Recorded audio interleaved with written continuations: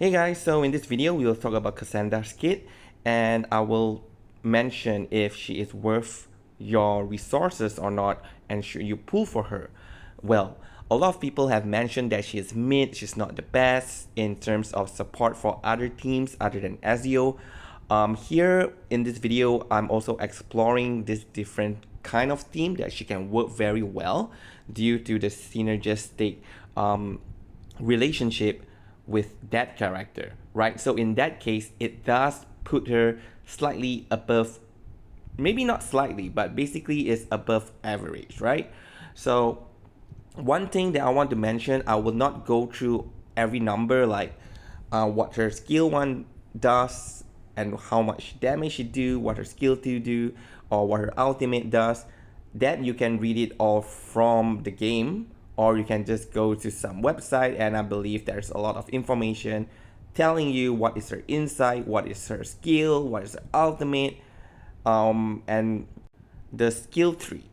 So I will not be going through that. Instead, I will assume that you already know that. So this kit explanation is more like how do we make use of it, okay? So first, let us start off with buff and debuff. She actually has these two main buff in her default or base kit, which is first is the guidance of 3 god. So basically this one, if you do an assassination, you get 1 stack. And you need 5 stack in order for her force field to be at maximum potential. So if you are using just Kassandra, you might take 2 to 3 rounds to charge this up. But if you have like Ezio, you can easily charge this up from the first round. As for lethal injury, by default, it basically just makes an ally attack into an assassination. If your ally is attacking with an assassination, then it will not trigger anything else. So basically, lethal injury is to make your other ally able to trigger assassination and get the final damage bonus based on the crit tag differences between them and the enemy. So lethal injury is a stack based debuff, and every time an ally attacks an enemy with lethal injury, the stack will reduce. And by default, only Kassandra's S2 can inflict lethal injury and is only 1 stack at rank 1. For Adrenaline, it is basically her Moxie. So she doesn't have Moxie and she have Adrenaline, and there is 10 stacks that you need to gain in order to get her ultimate. It sounds a bit long, but it's not a problem because she does generate other attacks, other incantation when her Adrenaline increases. So Adrenaline at the start of battle, you get 2, and every round after that, you get +1. And only her S1 can generate Adrenaline. So which means by default, if you are using S1 every round and you get +1 at the start of the round, you are only able to get up to 2 Adrenaline every round. So at 2 Adrenaline, you will be able to generate precast Barda, and using this doesn't consume AP. At 6 Adrenaline, it will generate precast Rain of Destruction, and this also doesn't consume AP. And finally, at 10 Adrenaline, which then it will reset back to 0, it will generate her ultimate, Rush Assassination.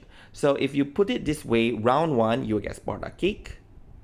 The next round, you won't get anything, but you should get 4 Adrenaline at this point.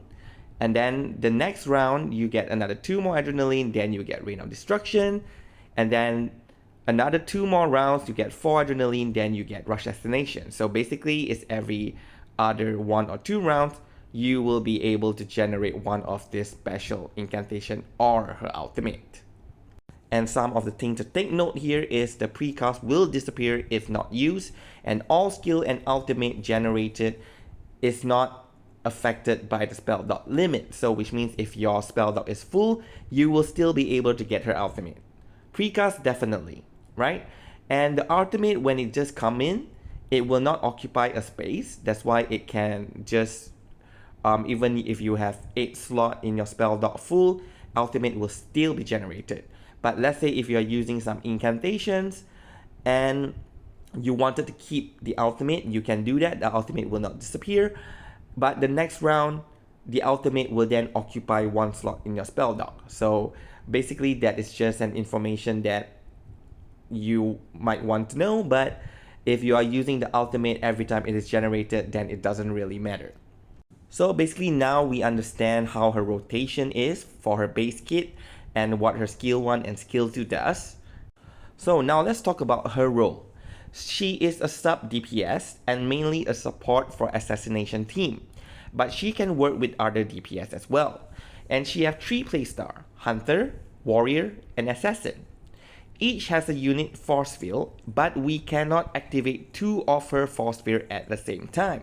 But this doesn't mean her force field cannot stack with other force field in the party.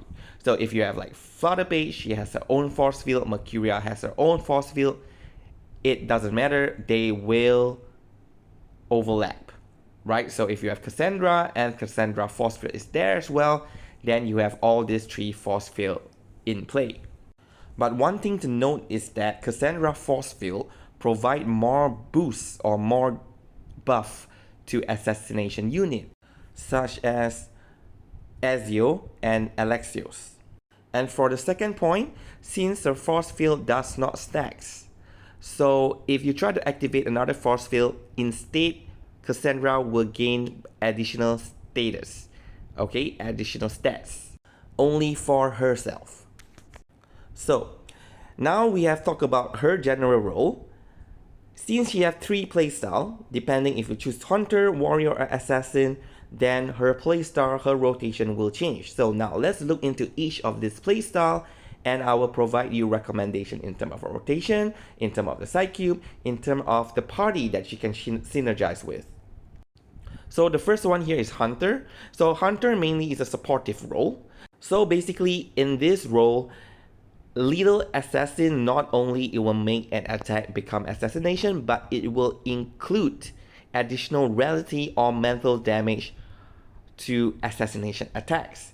So here, if an assassination unit like Ezio attacks, they will be able to trigger that additional reality or mental damage, but it will still not consume lethal injury.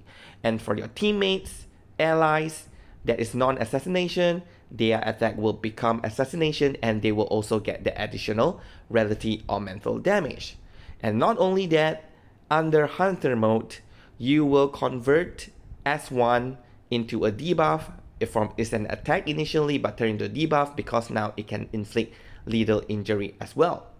So S1 and S2 both can inflict lethal injury. S2 now inflict 2 stacks of lethal injury. On top of that, Reign of Destruction also inflict lethal injury. And Reign of Destruction is AoE, which means you can inflict lethal injury on every enemy. So for her configuration, here I have 2 recommendations, one for Ezio, one for any other DPS that you party her with. So the first one, Ezio. So Ezio 302. 3 on Hunter, 2 on Assassination. Why? That's because Sparta Kick stuns the enemy, and that is counterintuitive if you have Ezio in the party, because Ezio wants the enemy to attack. You do not want to stun the enemy. So you don't want Sparta Kick. So the only useful precast that you'll be getting is Reign of Destruction. But again, with Ezio in the party and her S1 and S2 under the Assassin node, it will be an assassination. So S1 and S2, Kassandra's will become an assassination, so she will not deplete her own lethal injury. Yet she will be able to trigger the additional reality damage due to assassination. And Ezio is also assassination, so lethal injury will not quickly deplete. So in that case, you don't even have to inflict that many lethal injury, and you can ensure both Ezio and Kassandra is dealing additional damage, so that additional 1 Reign of Destruction won't really matter that much. Now, with other DPS, I would instead suggest 3-2-0 because now you can use Sparta Kick, right? And you want to use Sparta Kick because it has crowd control. So in certain fight, other than raid, Sparta Kick is actually really useful to prevent the enemy from attacking. And with non-assassination unit, means that every attack from your ally will consume leader injury. So you want to inflict as many leader injury as possible. So here, Reign of Destruction matters. But whatever the case here, I would suggest you to avoid having Impromptu, because Impromptu will also consume lethal injury without triggering its effect. So better to not to have Impromptu in a party. But if you have it, like you really want to use Kiparina because she's the only sustain that you have left, that is still okay. Just use it. Just make sure that you would want to use more of Kassandra incantation to inflict more leader injury. So here, a good synergy with rank up team, because with rank up, which means you can inflict more lethal injury and you can gain more adrenaline, because as mentioned, rank 1 S1 is 1 stack of adrenaline, at rank 2 is 2 stack, at rank 3 is 4 stacks. So you can get adrenaline faster, which means you can rotate through her precast and ultimate faster as well. So it helps in her rotation. As for leader injury, rank 1, 1 stack, rank 2, 2 stack, rank 3, 4 stacks. If you have Hunter mode, then it becomes 2, 3, and 5 stacks. So with that many leader injury, it will ensure the whole party will be hitting for more damage as well. So here, Liang Yue has a very good synergy with her, especially with Liang Yue's follow-up attack, able to consume leader injury to do more damage, and Liang Yue's buff with trigger the follow-up attack will also do more damage because that attack itself has high penetration, especially if it's ranked up. With the additional damage, then you will do a lot of damage on the enemy. As for her rotation, there's not really a rotation for the Hunter mode. Like if you are not really bothered about quickly generating Sparta Kick, Reign of Destruction, and Rush Assassination, then the main priority for you is to use her S2 to inflict more leader injury. If you want to rotate her rotation faster, then you use S1 because that will grant you adrenaline. But don't overuse it to the sense that you are over consuming AP, that you are not able to keep up with the rotation of your actual DPS. Remember, in Hunter mode, she is a support rather than a damage dealer. So you would want to focus on your main DPS rotation, right? So priority here is to use her S2 rather than S1. For her side cube, use her own, because her own, it does provide 6 to 12% damage dealt to the party, if depending if you have it amplified or not. And here I want to emphasize is that many mention that yeah, her support is quite mid and she's not as good as the other character. Even I said it myself in my previous video, but yes, I also say that her support may not be the best, but it's not that bad, right? So especially if you are like a new player, you have very limited roster, you don't have the full set. So Kassandra can fit in all these different teams and still provide okay or good buff, which makes her quite versatile and useful if you have a very limited roster.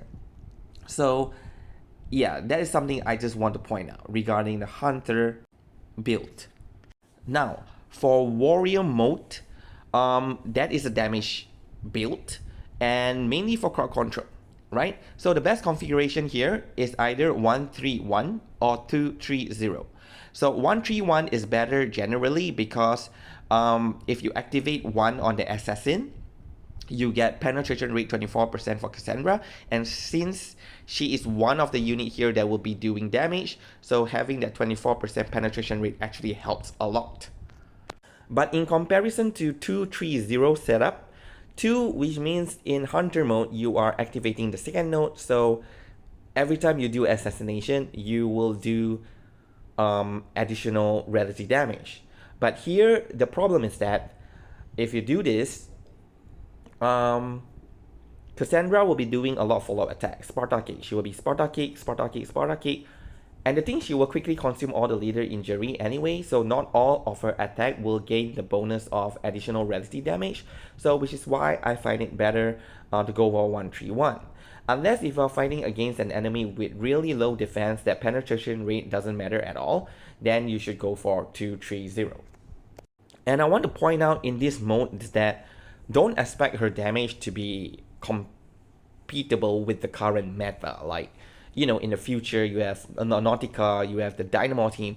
Her damage will not be comparable with them, and you don't compare her with Ezio as well. She will not be able to do as much damage. But one of her specialty here is her utility, her crowd control. She's able to do Sparta kick every single round, and Sparta kick inflict daze. If the enemy has no resistance, have no immunity, you are able to daze it indefinitely, right? Which makes this mode actually pretty strong. Even if you have enemy with resistance, then you can daze the enemy every other turn, which is really useful as well. So while she's not technically the sub DPS, because she can be the main DPS if you're fighting against like beast unit where she have bonus afflators, I'm pretty sure she might end up doing more damage than certain character that you put her with. But here I'm suggesting that you can also explore and use her as a co-DPS with another DPS unit. She does provide party buff as well in this mode, especially in terms of incantation might as well as damage bonus. So here my suggestion is that you can go with Anjo Nala. So Anjo Nala will not gain Moxie from Kassandra's skill, but Kassandra will still be able to trigger Anjo's follow-up attack, and she will be able to gain adrenaline. So over the time, eventually Anjo Nala will be able to get her ultimate, and when you use her ultimate, Kassandra will also cast the ultimate. And Anjo Nala's ultimate will also do more damage due to all the negative status of different kind on the enemy. And Anjo Nala will also boost her crowd control capability, as Anjo Nala can also captivate the enemy. So here, if you can time it, it's like one turn you daze the enemy, next turn you captivate, then the other turn you daze it, then captivate. So in that case, the enemy will not be attacking as well. So the second synergy here I want to mention is again Liang Yue, and this time is because all the precasts that Kassandra generate will be on the green zone for Liang Yue's green and red zone, and which means all the gash that she inflict will increase by 1 round. Instead of 3, it will be 4 rounds. So this will more likely make all the gash to overlap, so which means you will generate more Sparta kick. More Sparta kick means more damage that Kassandra will do. And not only that, the precast, since it's in the green zone, it will also give Liang Yue more peace talent, which means she will be able to do her follow-up attack even more often. And here I also have Noir, but Noir, the thing is that she is mainly ultimate, and warrior mode is mostly incantation might. I mean, the force field is actually incantation might, so that may not benefit Noir, but so many different negative status on the enemy, it will help Noir's ultimate to do more damage. So you can put them in, but I wouldn't say it is actually like the best team comp. So for warrior, her support, obviously if she's doing so many Sparta kick as follow-up attack, Flutter Page is the no-brainer support for her. Here, Mercuria, do note that Sparta Kick is not a rank incantation, so it doesn't increase Mercuria cosmic energy, but I have tried putting Mercuria with her. It is actually okay, provided that you have other characters that do follow-up attack as well. That is rank incantation, like as mentioned just now, Liang Yue, or you have Pickles, or you have Fatutu, right? Then you can put Mercuria in there. For Pickles, he is one of the best support for Mineral, and Kassandra is a Mineral unit. So just put Pickles behind Kassandra. For Sustain, I would suggest Fatutu, because Fatutu Shell increases her follow-up attack damage. But do be aware that Fatutu's follow-up attack herself will also consume leader injury. But that would be better than impromptu consuming leader injury. Anyway, if you do not have Fatu 2 and you insist on using Keeperina, as I mentioned in the previous part of this video, just go for it. Don't worry too much. The team will still perform pretty good. Okay, one more to mention here is Aleph. So Aleph can also provide +1 AP, which is good generally. And also Aleph provide Incantation Might buff, which is good for Kassandra. And also inflict debuff on the enemy, which is also good for Kassandra. And not only that, when you use Aleph ultimate, he will be able to copy Kassandra's S1, so you can use multiple S1 and she will do a whole load of Sparta kick on the enemy, which is pretty funny and insane at the same time. Now, for this rotation, you really want to get her adrenaline cycling through her precast and ultimate. So you have to use S1 every round in order to gain that extra adrenaline. So in that case, you will get 2 adrenaline per round. If you have her P1, that's even better because she get 2 adrenaline at the start of every round, so you can get 3 adrenaline. So it will make everything much faster. Instead of 5 rounds to get adrenaline, here you only need 4 rounds, 3, 6, 9 plus 1. So this will allow the gash to overlap even better and do even more Sparta kicks. Okay, for her side cube, if you are using her as a co-DPS, then use her side cube as well because she does provide that additional damage to the other DPS that you have in the team. But if you are using her as a main DPS, then you can go with Jessica's side cube, which is BON. So Jessica's side cube, if you have 2 negative status on the enemy, then you will do more damage. And Gash is negative status, so no problem, right? And another one you can use is Jioniang's side cube, because Sparta Kick follow-up attack is single target, so the more single target, after 10 times you will get a lot of crit and crit damage. So you can use that side cube as well if you do not want to invest on her own side cube. But due to her versatility, I would still suggest you to invest on her own side cube so you can use her in different mode. Now, for the last mode, which is Assassin. So this is the alt DPS mode, and this mode works very well with Ezreal's ult. Even if you're using Ezreal's follow-up attack build, it will still work, right? So you can have in the Assassin build. But here, if you are fighting against a mineral unit, which means that Ezreal will be doing a lot of bonus afflators, here I would suggest you to use the Hunter mode. But if you're fighting against any other afflators, then you would want to switch it, as in switch Kassandra to the Assassin mode, so that Kassandra can also do damage on top of boosting Ezreal's damage. And in this mode with Ezreal around, you are actually able to cast 2 ultimates. So 750% relative damage per ultimate, so which means Kassandra will be able to do 1500 relative damage per round. That is not low. That is pretty good damage for a sub DPS. Okay, but without Ezreal or any other character that can help her, I will talk about her rotation and how you can obtain 2 ultimate per round even without Ezreal. But most of the time, if you are using with any other random setup, you will be able to at least out once per round. Okay, just make sure to use her precast ultimate or else it will disappear. And do note also that triggering assassination and using ultimate will grant her adrenaline. So using her own ultimate will grant her 2 adrenaline because it is an assassination as well as an ultimate. Since in this mode you will not be generating Sparta King and Reign of Destruction, there is no reason to go for the middle path, the warrior path. So here I would suggest 2, 0, 3. 2 on Hunter, 3 on Assassin. To make better use of leader injury, because now all of her attacks, as in Kassandra attack, will not deplete little injury because they are now assassination. If you read in the global version, if you read the second note for assassination, it is actually written wrongly. It says that, I'm not sure what is it mentioned, but instead of something, then you will get 1% Advent of Artemis. Advent of Artemis is her skill 1, which doesn't make any sense. So what it actually should say is that it changes S1 and S2 into assassination.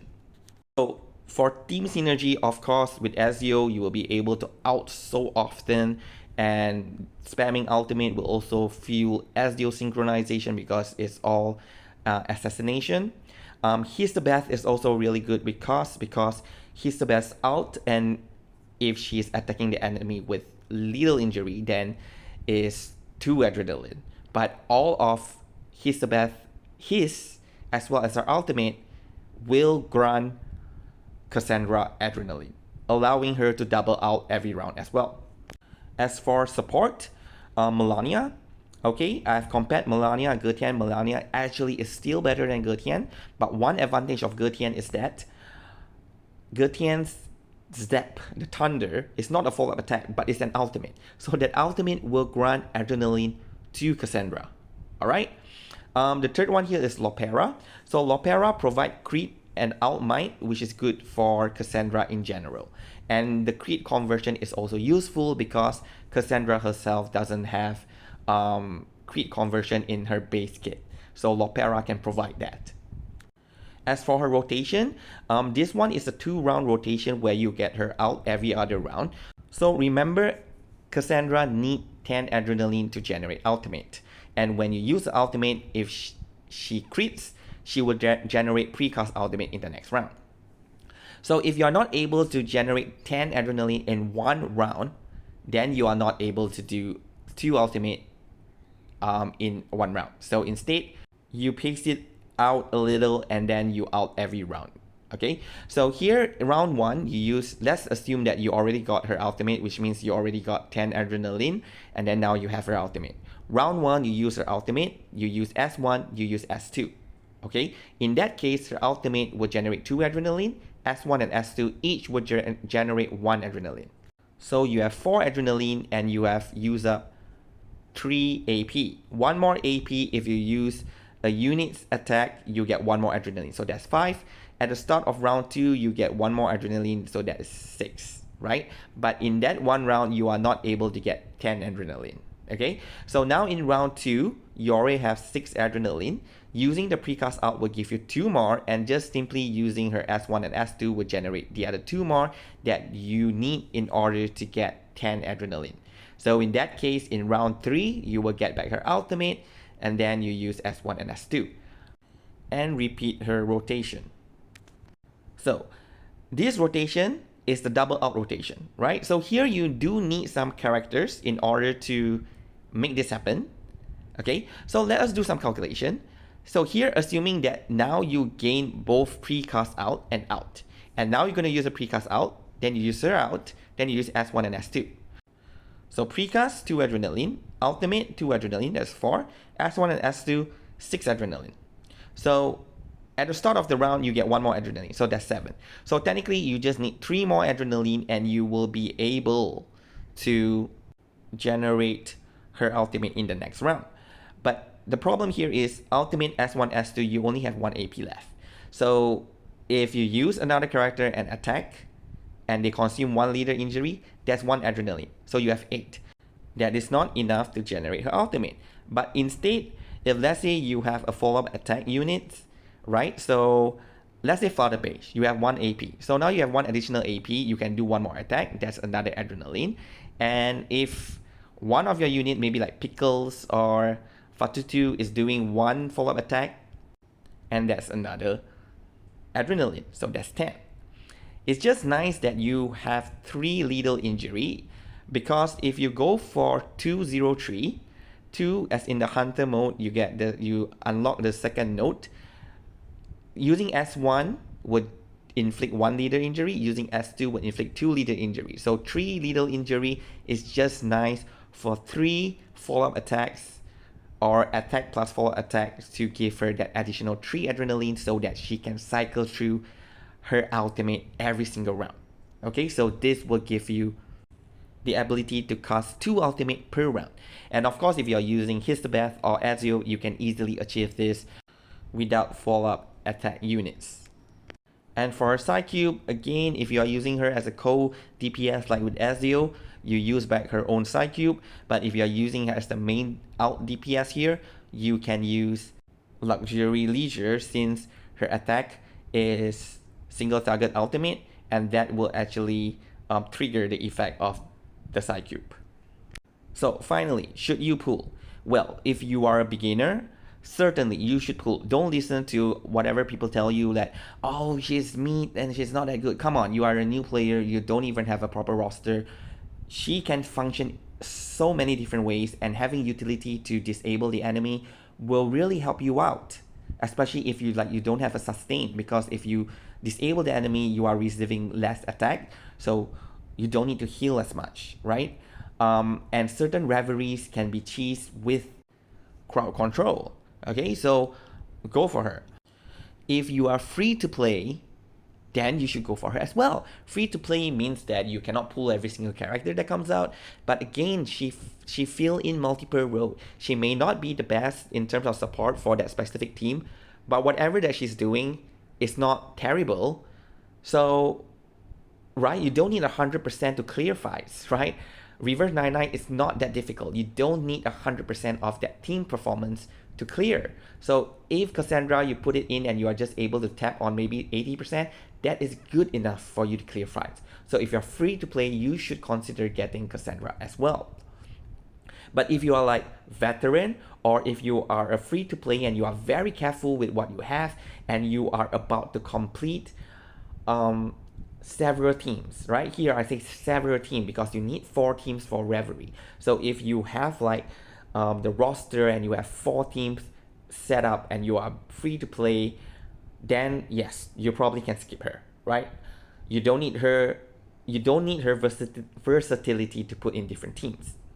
Okay, and that is to say if you are skipping Ezio, then you can skip her. But if you have Ezio, then with her there, it kind of doesn't make sense. Like, you want to pull this certain character to make the most out of the Dynamo team or out of the Blood Tie team, for example. But here you have Ezio, and Kassandra will make the most out of Ezio, but you doesn't want to pull for her. To me, it doesn't really make sense. If your logic is to make the best team, then you definitely should pull her for Ezio. So yeah, so that is basically my take on if you should pull for Kassandra. For me, I've already pulled for her, and just for your information, I have her at P5. So you see the video that I'm using her not P5, that's actually not my account. I have to borrow my friend's account in order to do all this content for you guys. Yeah, because I think doing a P5 content that much is not really useful for a lot of people, which is why I like to stick with P0 or maybe P1 or P2, right? But I will do some showcase now, comparing maybe P0 with P5. I do have access to P0 and I can use my own. So yeah, from here onward, I will be doing some more runs for Kassandra, but without Ezio. With the team that I've suggested in this video, I want to do showcase for them. Alright, so thank you very much for watching and have a good day.